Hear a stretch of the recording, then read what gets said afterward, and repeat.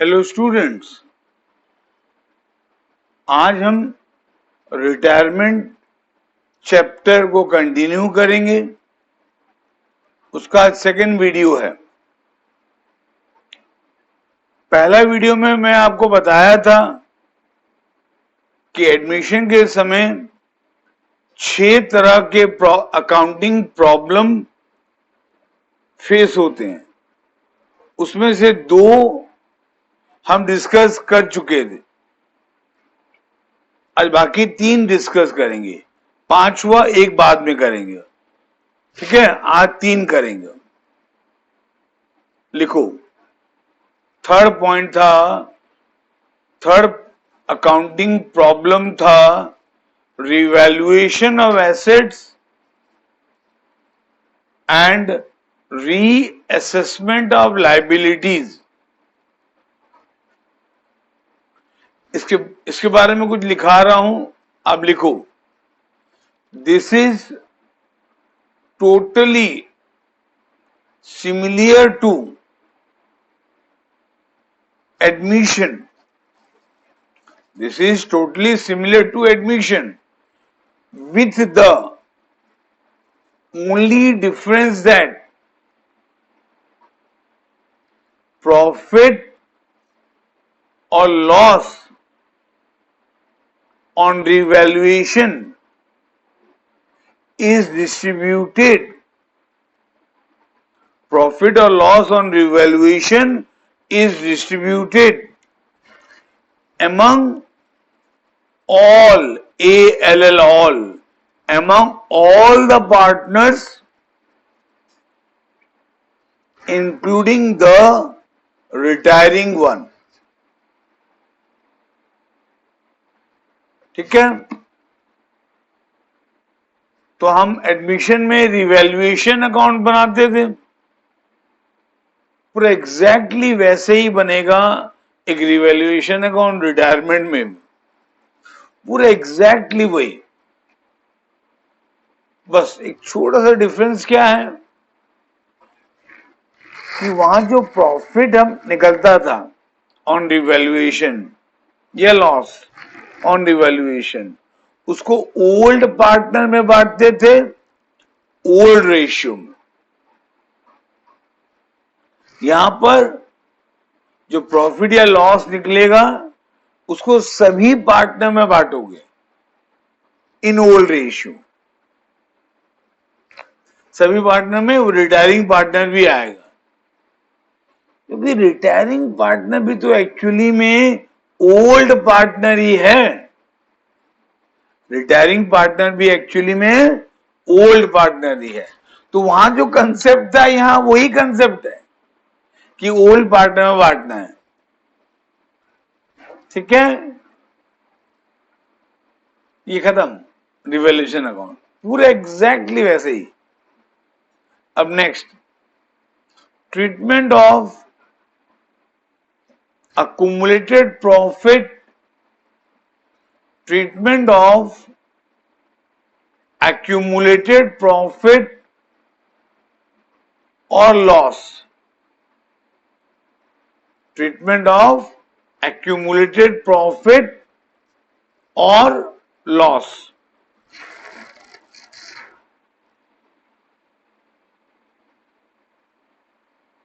इसके नीचे लिखो, it is totally similar to admission,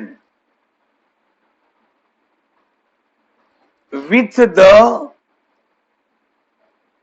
only difference that such accumulated profit or loss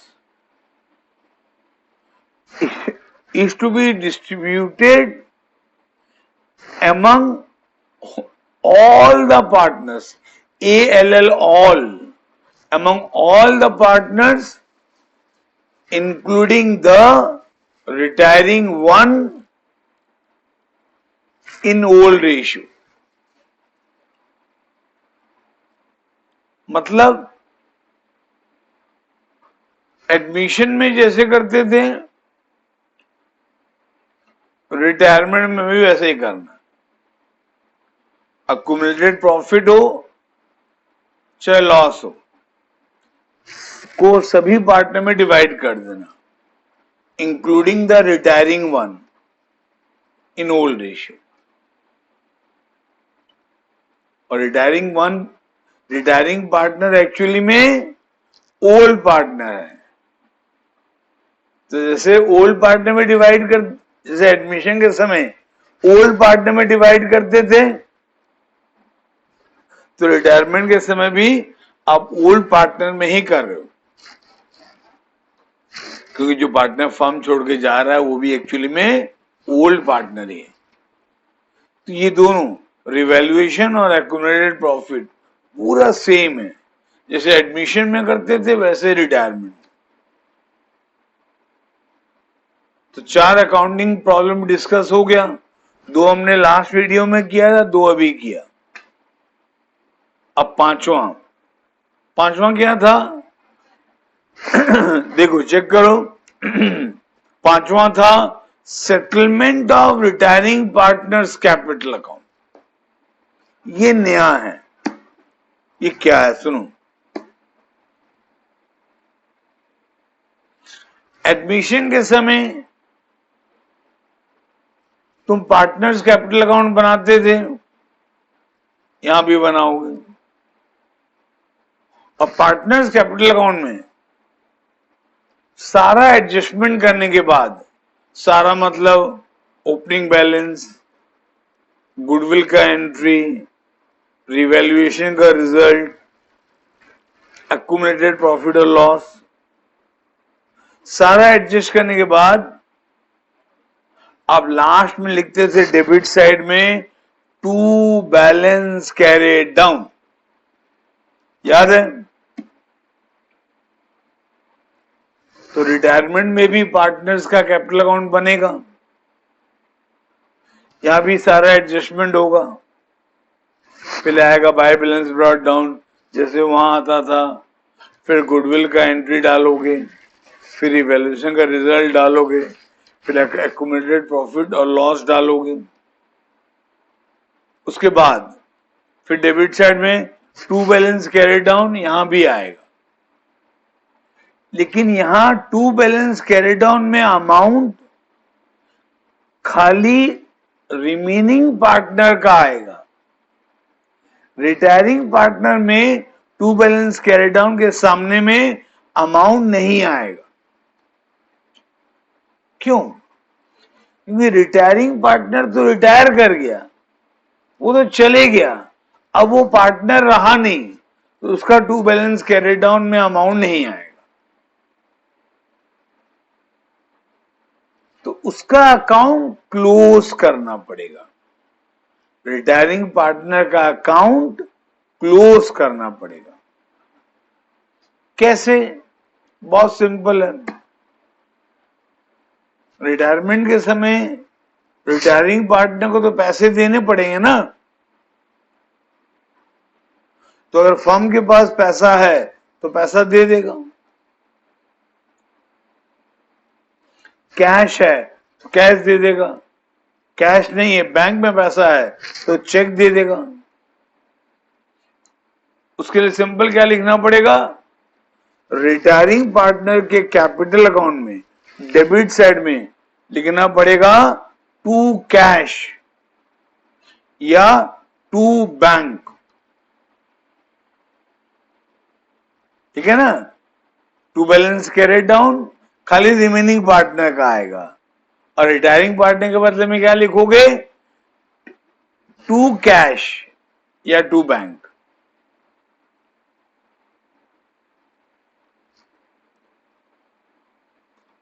मतलब उसका अकाउंट क्लोज हो जाएगा। कभी कभी फर्म के पास पैसा नहीं होता है, तो रिटायरिंग पार्टनर के डेबिट साइड में टू कैश, लास्ट में टू कैश या टू बैंक लिख नहीं पाओगे। तब क्या करते हैं? रिटायरिंग पार्टनर का लोन अकाउंट एक अलग बनाते हैं और उस अकाउंट में सारा पैसा ट्रांसफर कर देते हैं। तो डेबिट साइड में टू कैश या टू बैंक लिखने के बजाय हम लिखते हैं to retiring partners loan account. क्या लिखते हैं पर्टिकुलर्स में डेबिट साइड में? To retiring partners loan account. ठीक है, समझ में आया? तो इस सिचुएशन 5 के लिए, प्रॉब्लम 5 के लिए एक एंट्री लिखो। देखो, entry for closing retiring partners capital account. Entry for closing retiring partners capital account. Entry होगा retiring partners capital account debited to cash slash bank slash retiring partners loan account slash bills payable. ये चारों में से generally कोई एक आता है, कभी कभी दो भी आता है। मान लो हमको रिटायरिंग पार्टनर को देना है, मान लो रिटायरमेंट के समय रिटायरिंग पार्टनर को 1,00,000 रुपए देना है, लेकिन फर्म के पास कैश में कुल 20,000 है, बाकी का वो चेक दे दिया, बाकी का वो चेक दे दिया। तो एंट्री क्या होगा? Retiring partners capital account debited to cash 20,000 to bank 80,000। और एक सिचुएशन ले रहा हूं, मान लो रिटायरिंग पार्टनर को देना है 1,00,000। मान लो रिटायरिंग पार्टनर सी है, सी को देना है 1,00,000 रिटायरमेंट के समय। फर्म के कैश बिल्कुल नहीं है, बैंक में कुल 20,000 है, बैंक में कुल 20,000 है। तब क्या करेंगे? 20,000 पे करेंगे, बाकी उसके लोन अकाउंट में ट्रांसफर कर देंगे। तो एंट्री क्या होगा? C's capital account debited 1,00,000 to bank 20,000 to C's loan account. C कौन है? Retiring partner. To C's loan account 80,000। ठीक है, समझ में आया? ये बहुत सिंपल है। तो ये चौथा अकाउंटिंग पांचवा अकाउंटिंग प्रॉब्लम भी हो गया। अब कल एक ही बचा है, कैपिटल एडजस्टमेंट, लेकिन वो स्टार्ट करने से पहले ये पांचों से रिलेटेड कुछ नंबर करेंगे। बुक ओपन करो, अगर आपके पास टीएस ग्रेवल की बुक है तो बुक ओपन करो, इलस्ट्रेशन निकालो,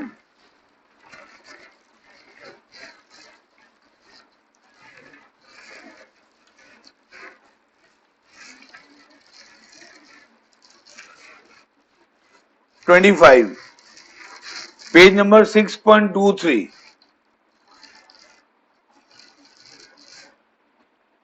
ठीक है, जिनके पास बुक नहीं है मेरे को कॉल करना, I will do the needful. Clear? पहले तो कोशिश करना कि तुम परचेज कर लो टीएस ग्रेवल की बुक, नहीं तो कहीं से अरेंज कर लो। दोनों नहीं हो पाता है तो मुझको फोन करो। ठीक है? हाँ, तो मैं टीएस ग्रेवल का इलस्ट्रेशन 25 अभी करवा रहा हूं। इसमें देखो एबीसी 3 पार्टनर थे और उनका एक बैलेंस शीट दिया हुआ है 31 मार्च 2020 का।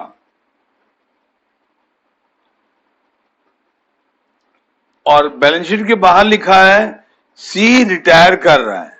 कब? 1 अप्रैल 2020 को, मतलब बैलेंस शीट के नेक्स्ट डे। और हमको 5 एडजस्टमेंट दिया हुआ है और लास्ट में लिखा है पास journal entry and prepare revaluation account, और ब्रैकेट में लिखा है profit and loss adjustment account. Revaluation account का और एक नाम है profit and loss adjustment account. फिर पार्टनर्स कैपिटल अकाउंट, सी का लोन अकाउंट और बैलेंस शीट। तो रिवैल्यूएशन अकाउंट तुमको बनाना आता है, रिवैल्यूएशन अकाउंट तुमको बनाना आता है, वो मैं नहीं बना, अभी बनाऊंगा, तुम खुद बनाना, बन जाएगा आराम से। डाउट होगा तो मेरे को फोन करना। अभी मैं पहले पार्टनर का कैपिटल अकाउंट बनाऊंगा, पार्टनर का कैपिटल अकाउंट।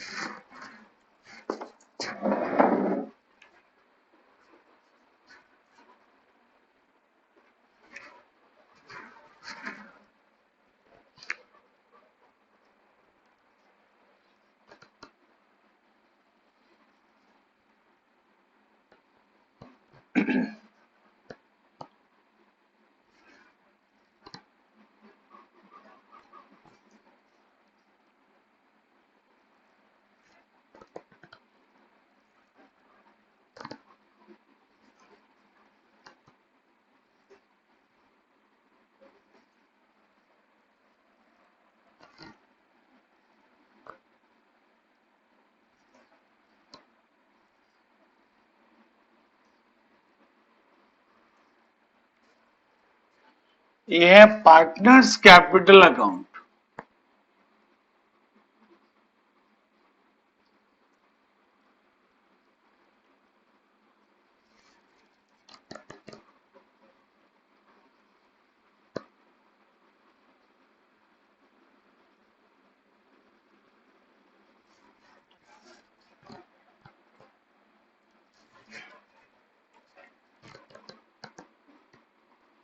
कौन कौन पार्टनर हैं? ए, बी और सी। ए, बी और सी पार्टनर के कैपिटल अकाउंट में सबसे पहले क्या आता है? By balance brought down, by balance brought down. ये अमाउंट हमको ओल्ड बैलेंस शीट से मिलता है, आपको मालूम होगा, अब बनाए हो पार्टनर का कैपिटल अकाउंट एडमिशन में। पार्टनर के कैपिटल अकाउंट में सबसे पहले क्या आता है? बाय बैलेंस ब्रॉट डाउन, और इसका अमाउंट बैलेंस शीट से आता है। ए का है 1 लाख, सबका 1 लाख है। ए बी सी सबका 1 लाख है।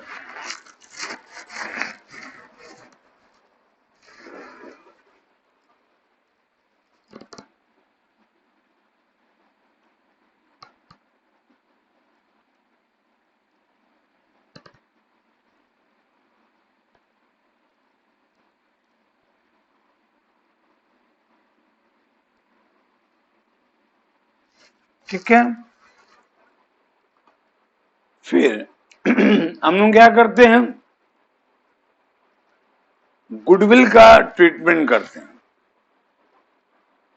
और गुडविल के लिए क्या बोला हूं मैं? पहले एंट्री पास करना, फिर पोस्टिंग करना।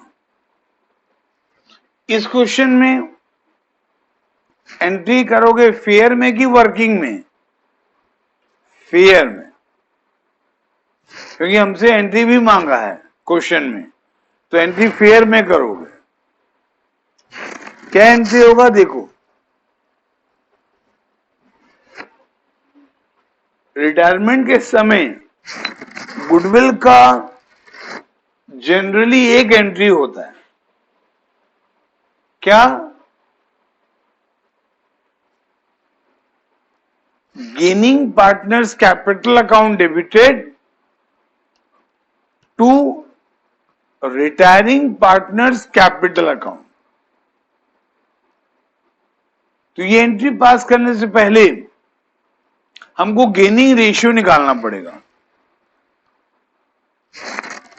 यहां देखो, ओल्ड रेशियो दिया है 3:2:1। ए, बी और सी का ओल्ड रेशियो है 3:2:1। सी रिटायर किया,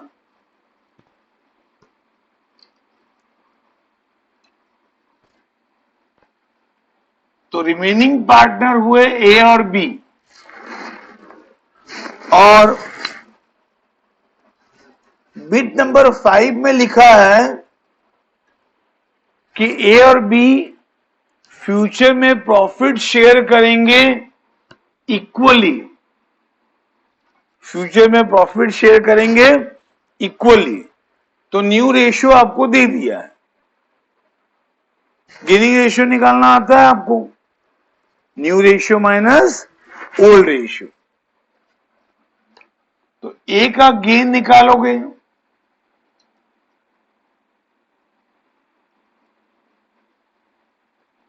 ए का गेन निकालोगे। ए का न्यू रेशियो क्या है? 1/2। ओल्ड क्या था? 3/6। इसको सॉल्व करने से 0 आएगा, है ना? मतलब ए गेन नहीं किया, तो बी पक्का गेन किया होगा।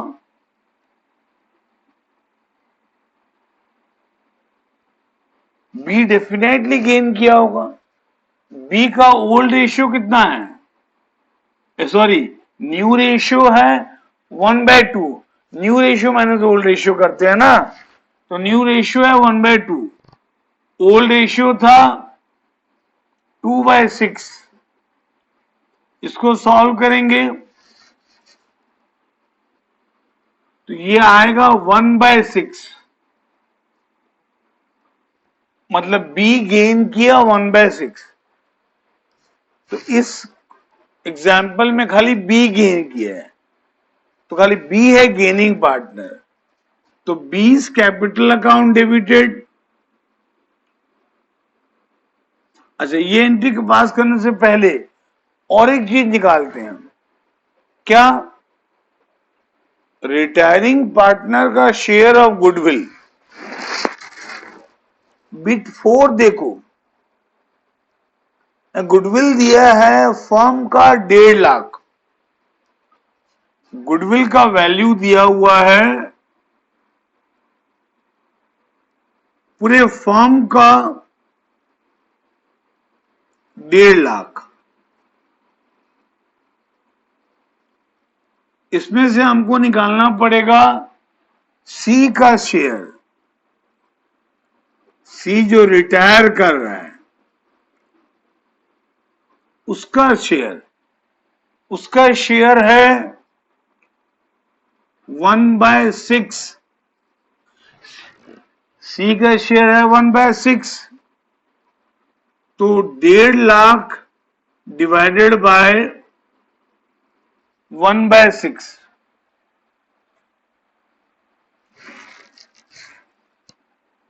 तो ये 25,000 आएगा। ये 25,000 आएगा। ठीक है, समझ में आया?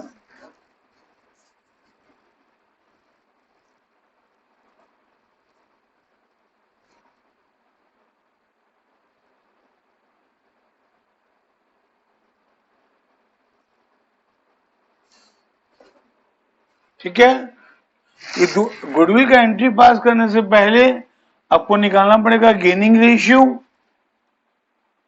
और रिटायरिंग पार्टनर का शेयर ऑफ गुडविल। अब एंट्री कर सकते हैं। हमारे एग्जांपल में तो खाली बी गेन किया है, तो बीज कैपिटल अकाउंट डेबिटेड,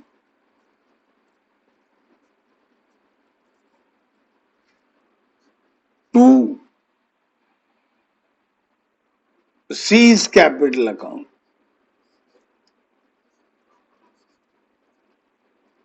इसमें अमाउंट कितना आएगा? 25,000। इस एंट्री का अमाउंट क्या रहेगा? 25,000। और ये एंट्री आप फेयर में करोगे। इस क्वेश्चन में एंट्रीज मांगा है। अब ये एंट्री का पोस्टिंग करोगे तो बी का डेबिट में आएगा, to C's capital account.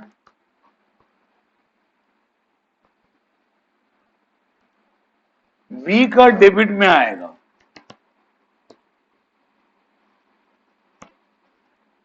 B gain किया है ना, तो बी देगा। और सी जो रिटायर कर रहा है, मतलब सेक्रीफाइस कर रहा है अपना शेयर, तो उसको मिलेगा।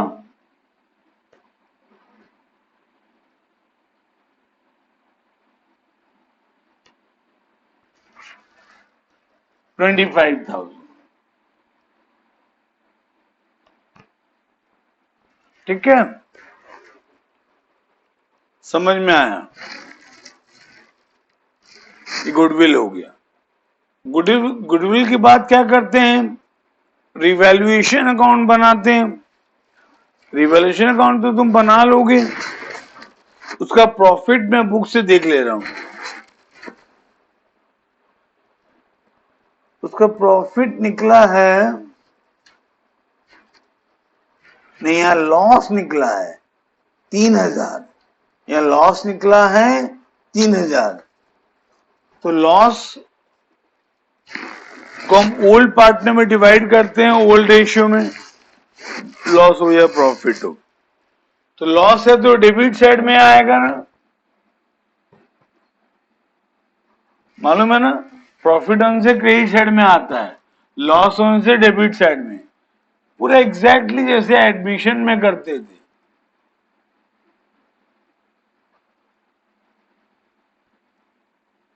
लॉस है 3,000। जब इसको डिवाइड करोगे तीनों में, तो ए को सहना पड़ेगा 1,500, बी को 1,000 रुपया, सी को 500। अच्छा, यहां तो एंट्री पास करने के लिए बोला है, तो शायद मैं आपको बताया था कि रिवैल्यूएशन अकाउंट अगर बना लोगे पहले और उसके बाद एंट्री करोगे तो अच्छा है। यहां देखो, बुक का देखो एक बार, रिवैल्यूएशन अकाउंट, उसका डेबिट साइड में 3 अमाउंट है, वो तीनों के लिए एक ही एंट्री करोगे। क्या? Revaluation account debited, to provision for doubtful debt, to stock, to machinery. देखो बुक वाला भी वो एंट्री पास किया सबसे पहले। फिर क्रेडिट साइड में लॉस को छोड़ के एक अमाउंट है, उसके लिए एंट्री करोगे। Building account debited to revaluation account, फिर लॉस के लिए एंट्री करोगे। A's capital account debited, B's capital account debited, C's capital account debited to revaluation. तो रिवैल्यूएशन से रिलेटेड कुल 3 एंट्री करना पड़ेगा आपको। ये मैं बताया था आपको पहले एडमिशन के समय, ऐसे ही करना। ठीक है, और एंट्री फेयर में करना आपको, क्योंकि यहां एंट्री क्वेश्चन में मांगा है। अगर क्वेश्चन में एंट्री नहीं मांगा होता तो रिवैल्यूएशन का एंट्री हम करते ही नहीं, ऐसा बता चुका हूं उनको पहले भी। चलो अब गुडविल भी हो गया, रिवैल्यूएशन भी हो गया। उसके बाद हम क्या करते हैं, एक्यूमुलेटेड प्रॉफिट। क्वेश्चन देखो, लायबिलिटी साइड में जनरल रिजर्व है, तो एक्यूमुलेटेड प्रॉफिट को हम तीनों पार्ट में डिवाइड करेंगे ना, और ये प्रॉफिट है, जनरल रिजर्व तो प्रॉफिट है ना, तो इससे कैपिटल बढ़ेगा, इसीलिए क्रेडिट साइड में आएगा, और ये ओल्ड रेशियो में डिवाइड होगा, है ना, ये ओल्ड रेशियो में डिवाइड होगा। ओल्ड रेशियो है 3:2:1।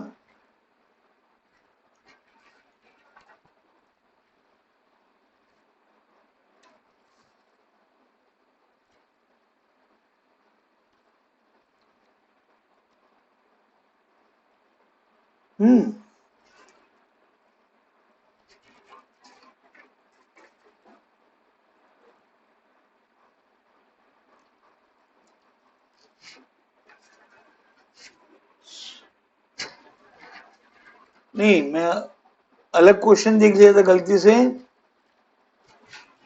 जनरल रिजर्व 60,000 है, जनरल रिजर्व 30,000 नहीं है, 60,000 है, हाँ? तो 60,000 डिवाइड करोगे, इसमें क्या है, ओल्ड रेशियो में, ओल्ड रेशियो है 3:2:1, तो एक आएगा 30,000, बी का आएगा 20,000, सी का आएगा 10,000। ठीक है, तो ये एक्यूमुलेटेड प्रॉफिट भी हो गया। हाँ, ठीक है, फिर से रिवाइज करा दे रहा हूं। पार्टनर के कैपिटल अकाउंट में सबसे पहले क्या करोगे, बाय बैलेंस ब्रॉट डाउन लिखोगे, जैसे एडमिशन में करते थे। इसका अमाउंट कहां से आएगा, ओल्ड बैलेंस शीट से। ठीक है, उसके बाद गुडविल का एंट्री करोगे वर्किंग में, नहीं इस नंबर में फेयर में, क्योंकि हमसे एंट्री मांगा है, एंट्री करोगे फेयर में, फिर यहां पोस्टिंग करोगे। उसके बाद वर्किंग में फेयर में रिवैल्यूएशन अकाउंट बनाओगे, फिर उसका प्रॉफिट या लॉस जो भी होगा एंट्री करोगे। लॉस है तो इस साइड, प्रॉफिट है तो इस साइड, और फिर रिवैल्यूएशन का एंट्री भी करना पड़ेगा फेयर में, क्योंकि इस क्वेश्चन में एंट्री मांगा है। हाँ, और एंट्री कैसे पास करते हैं बता चुका हूं। रिवैल्यूएशन अकाउंट को देख के एंट्री पास करोगे ना, इजी होगा, जल्दी होगा। ठीक, उसके बाद एक्यूमुलेटेड प्रॉफिट का एंट्री करना, प्रॉफिट है तो क्रेडिट साइड में, लॉस होता तो डेबिट साइड में, बस खत्म। इतना ही करना है इस नंबर में, हो गया। नहीं, और एक चीज बाकी है, रिटायरिंग पार्टनर का अकाउंट को सेटल करना है। रिटायरिंग पार्टनर कौन है, सी। सी का हैवी है क्रेडिट साइड, है ना, तो सी का अकाउंट कैसे क्लोज करना है, क्वेश्चन पढ़ते हैं।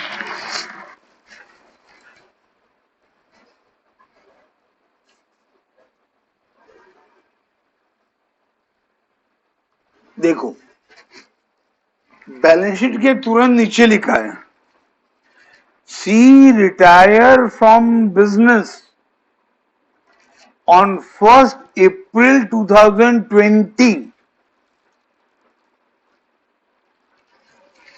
It was agreed that the amount due to him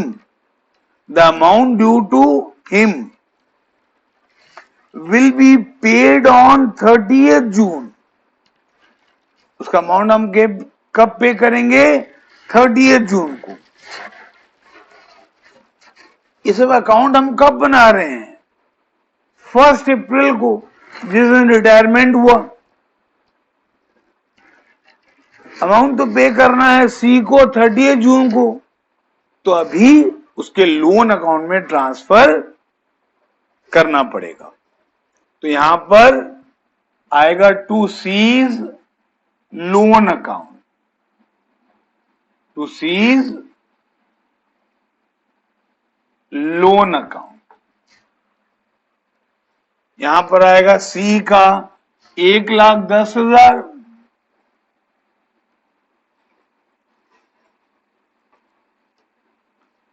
$1,10,000 से ये 500 रुपया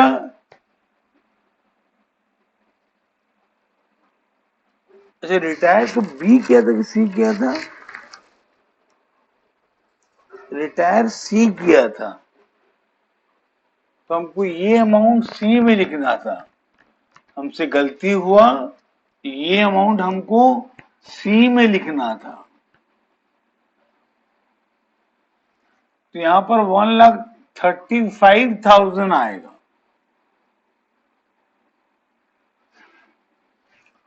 1,35,000 आएगा।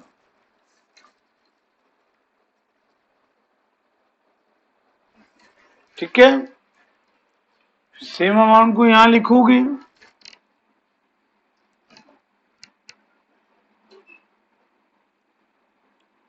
समझे ना, मैं गलती से ये 25,000 को यहां लिख दिया था, मेरे को यहां लिखना था।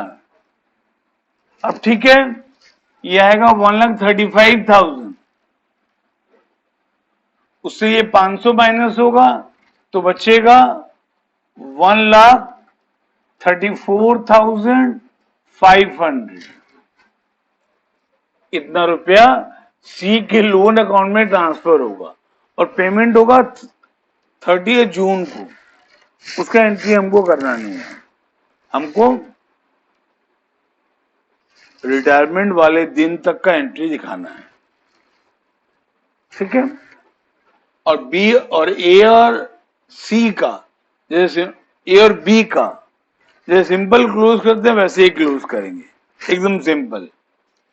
ए का टोटल करेंगे क्रेडिट साइड, तो 1,30,000 आएगा। बी का 1,20,000 आएगा। ए का था 1,30,000,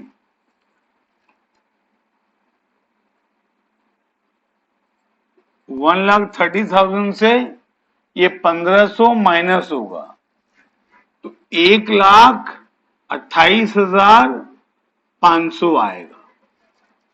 यहां लिखोगे टू बैलेंस कैरिड डाउन, जैसे तुम एडमिशन में लिखते थे 1,28,500।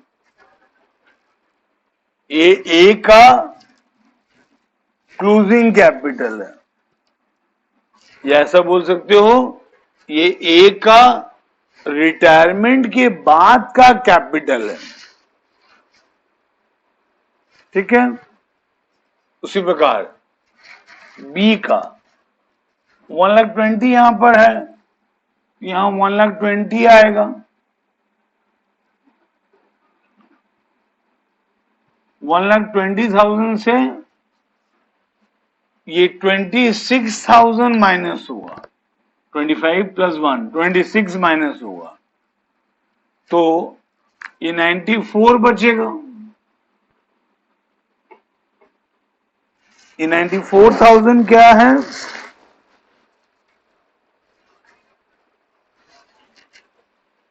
बी का क्लोजिंग कैपिटल है, बी का क्लोजिंग कैपिटल है। हो गया। इस क्वेश्चन में कौन कौन सा अकाउंट बनाने के लिए बोला था? Revaluation account, partners capital account और सी का लोन अकाउंट। रिवैल्यूएशन अकाउंट तो बना लोगे, पार्टनर का कैपिटल अकाउंट बन गया, अब हमको बनाना है सी का लोन अकाउंट। बहुत इजी है, सी का लोन अकाउंट बहुत इजी है, एकदम छोटा सा बनेगा और उसमें सिर्फ एक ही एंट्री आएगा।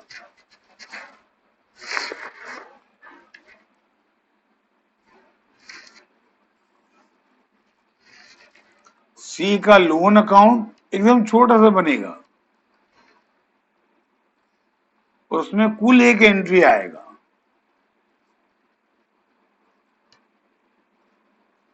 C's loan account. तो एक्चुअली में इसका एंट्री क्या हुआ? C's capital account debited to C's loan account. ये 1,34,500 का एंट्री क्या हुआ? C's capital account debited to C's loan account. तो सी के लोन अकाउंट में आएगा बाय सीज कैपिटल अकाउंट।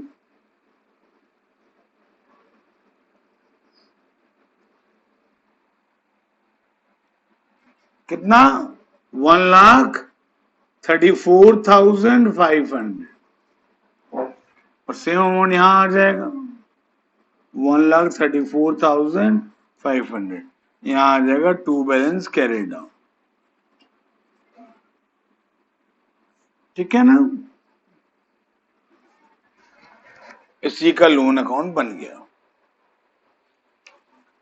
और हमसे एंट्री पास करने के लिए बोला था, एंट्री भी हो जाएगा। गुडविल का एक एंट्री फेयर में आएगा,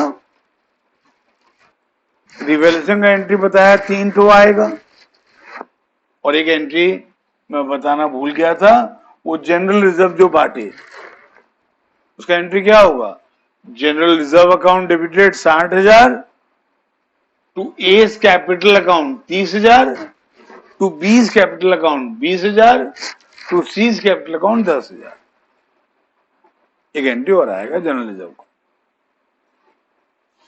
इस क्वेश्चन में और क्या बोला है? बैलेंस शीट बनाने के लिए बोला है। बैलेंस शीट जैसे बनाते थे ना एडमिशन में, पूरा वैसे। एडमिशन में कैसे बनाते थे? ओल्ड बैलेंस शीट देखते थे, एडजस्टमेंट देखते थे और न्यू बैलेंस शीट बनाते थे। यहां भी वैसे ही। चलो तुमको हिंट ये चलो करते हैं balance sheet.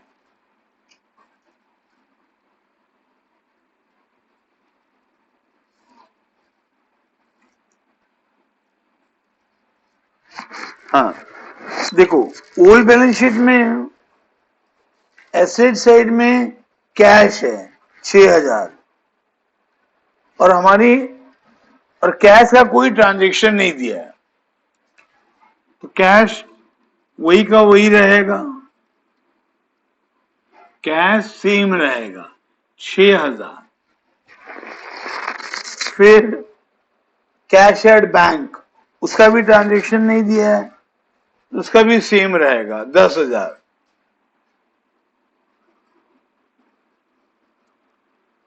Cash at bank 10,000। ठीक है। फिर हमको दिया है डेटर। डेटर से रिलेटेड एक एडजस्टमेंट है कि हमको प्रोविजन क्रिएट करना है 5%। तो डेटर था 90,000, डेटर है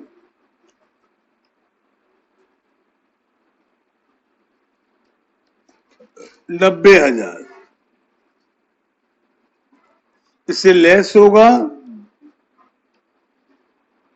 provision for doubtful date, PFDD, provision for doubtful date. मैं शॉर्ट में लिखा हूं, ये कितना? 5%। तो 90,000 का 5% निकालोगे तो 4,500 आएगा। तो यहां बचेगा 85,500। 85,500।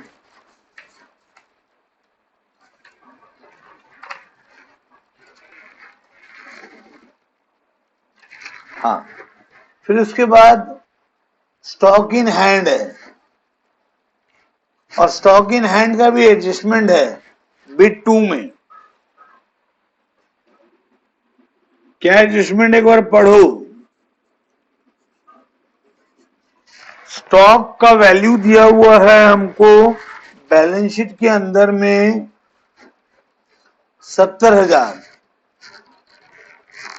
और बाहर में बोला कि उसका वैल्यू को रिड्यूस करना है 5% से। हाँ, तो 70,000 से लेस करेंगे उसका 5%। 70,000 का 5% 3,500 आएगा। ठीक है, इसको माइनस करेंगे तो कितना बचेगा? 66,500। 66,500, ठीक है ना? ओके, उसके बाद मशीनरी का भी एडजस्टमेंट है बिट 2 में। मशीनरी का वैल्यू दिया है हमको 60,000। मशीनरी का वैल्यू दिया है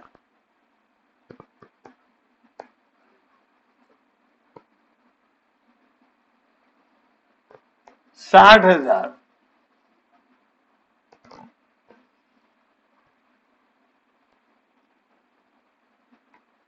मशीनरी का वैल्यू दिया है 60,000।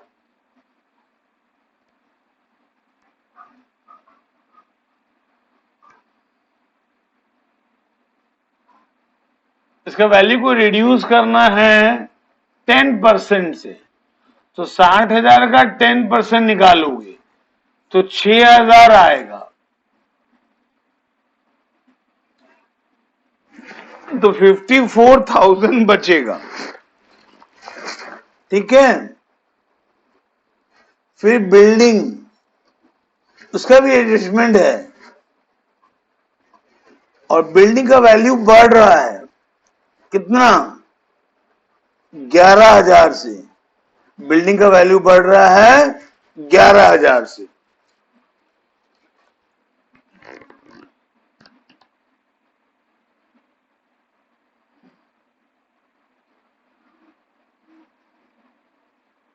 बिल्डिंग 1,40,000 दिया हुआ है और 11,000 उसका वैल्यू बढ़ रहा है, तो बिल्डिंग का वैल्यू हो जाएगा 1,51,000।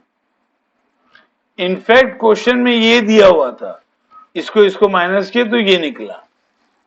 बस इतना ही दिया है ओल्ड बैलेंस शीट में। अब लायबिलिटी साइड, सन्ड्री क्रेडिटर दिया हुआ है 16,000। उसके बारे में कुछ बोला नहीं है, ये चेंज नहीं होगा। सन्ड्री क्रेडिटर चेंज नहीं होगा, ये 16 का 16 रहेगा।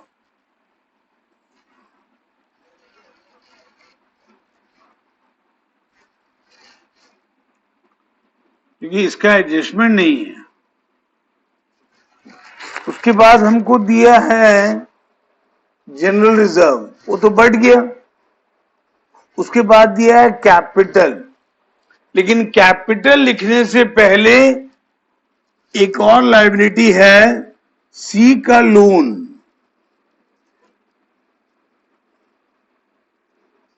ये लिख देना। और सी का लोन कितना है? 1,34,500। ये नया आइटम आया, सी का लोन। ये कैपिटल से पहले लिख देना। फिर इसके बाद कैपिटल,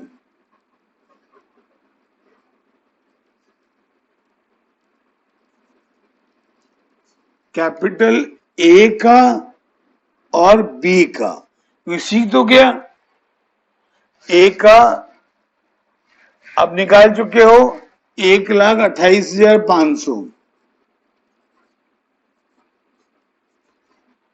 और बी का भी हम निकाल चुके हो 94,000। अब इन दोनों को ऐड करना, तो जो आएगा टोटल यहां लिखोगे 005 8005, फिर 8 और 4 12, हाँ 2 1 1 3 9 3 12, फिर 2 1, ये 2,22,500 आएगा। कैपिटल का टोटल 2,22,500 आएगा। हुआ? बस अब बाहर का एडजस्टमेंट देखेंगे, शायद कोई नया आइटम मिल जाए। याद है ना, एडमिशन में बताया था ओल्ड बैलेंस शीट देखना, फिर बाहर का आइटम भी देखना। बिट 1 हो चुका है, बिट 2 हो चुका है, बिट 3 हो चुका है, बिट 4 हो चुका है, खत्म, कोई नया आइटम नहीं है। अब दोनों साइड ऐड करना, ये टैली करेगा, ठीक है। और टैली करेगा 16 1 34 500 2 25 2 22 500 373,000। ये आएगा 373,000।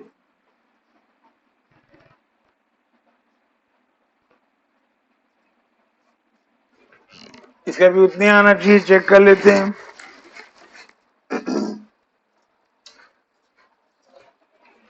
छह हजार, 10,000, 66,500, 85,500, 54,151, ठीक है। ये भी आएगा 373, ये भी आएगा 373, ठीक है बच्चे लोगों।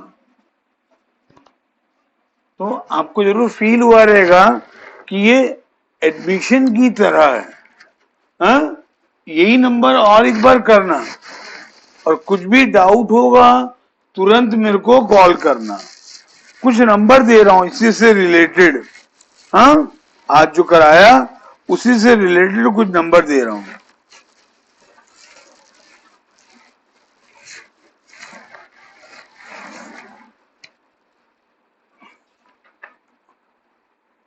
लिखो इलस्ट्रेशन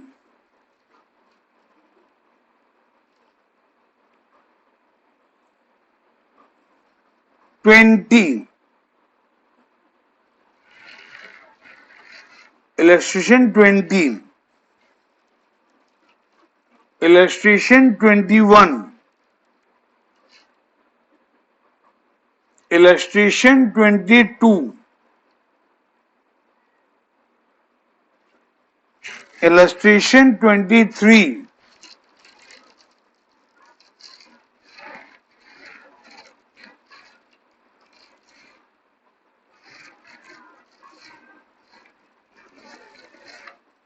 illustration 24, illustration 25, illustration 26,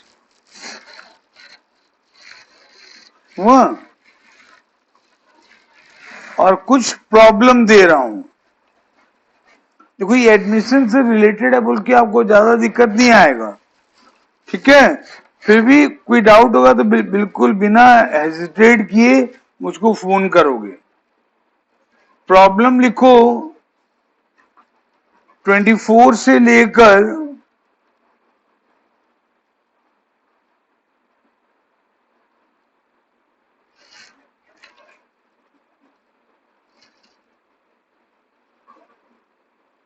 31 तक,